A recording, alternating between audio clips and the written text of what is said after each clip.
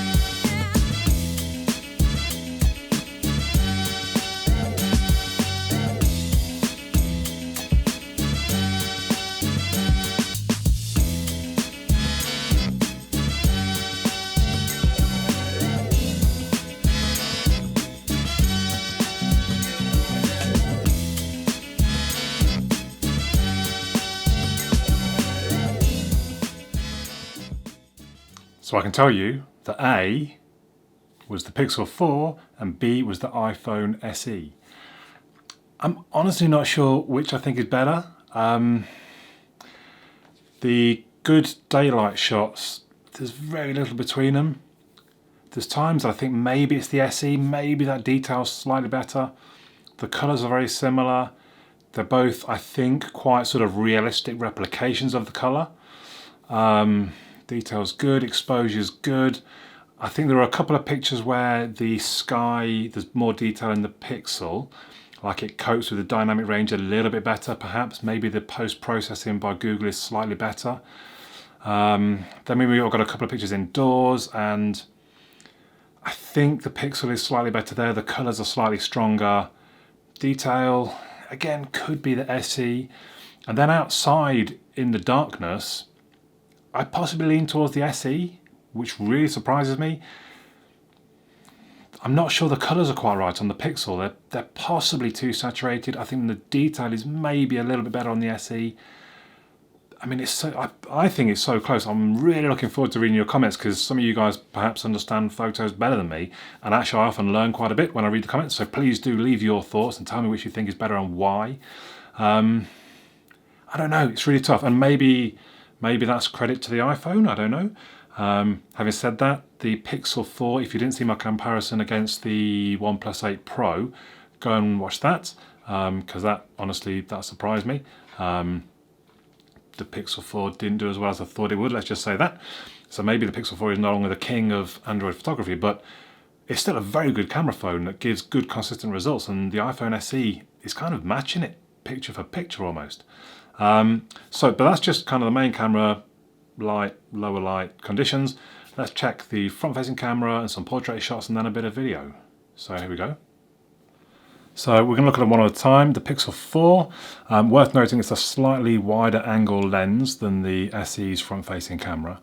I think really good looking pictures, really good images, even in low light. That's not bad. It was pretty dark at this point. And then the SE, so you can see it's slightly closer cropped. It's actually a slightly smaller image. Not too bad. I personally think the Pixel 4 does now have the edge, especially when you see the low light image from the SE.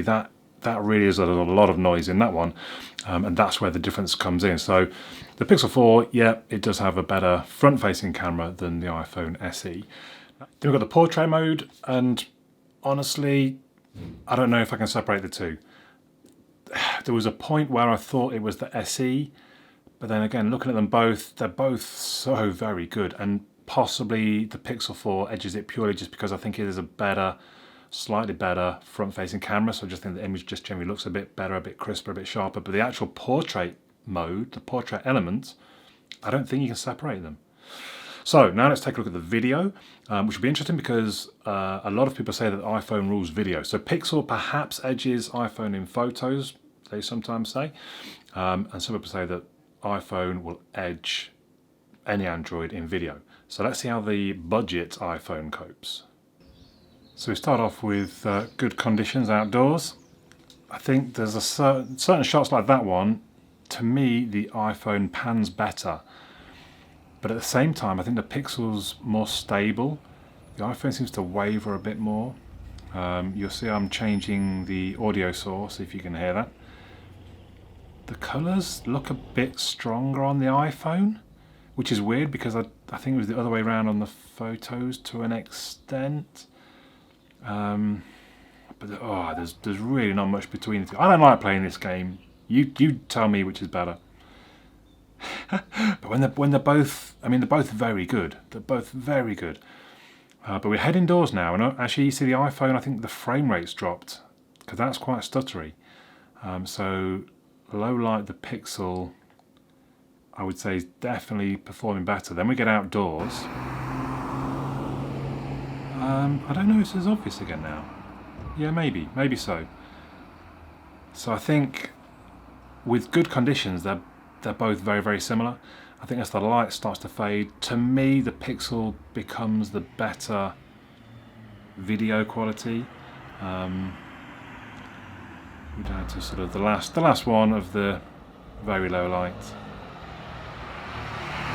And yeah, I think again the Pixel's got kind of stronger colours, and the iPhone just isn't as strong there. But I think generally the Pixel, it's a lighter image given the lack of light, and it's just generally a better image, I think. But you let me know your thoughts. As I say, I'd love to hear your comments down below. I do read all the comments. I reply if it's necessary. If you've not subscribed already, please do subscribe to the channel. I'm doing various things. I'm going to do a few more camera tests. I don't like doing camera tests, but you guys love them so, because they're a lot of work, if I'm very honest. And especially when two cameras are so good and so similar, I don't think I'm that good at picking out the differences. But I'm happy to show you the evidence and let you decide, and let you tell me what's better. So yeah, subscribe to see more of these sort of videos. Also, if you want to see more of these sort of videos, please do consider using Patreon, patreon.com/AAUK, because I've got one Patreon at the moment, like $2 coming in a month. If that amount increased, I'd be buying devices every week and doing these kind of videos. So do consider that. If you can spare a couple of dollars each week, or pounds, it's in dollars though because it's an American site, then please do consider it.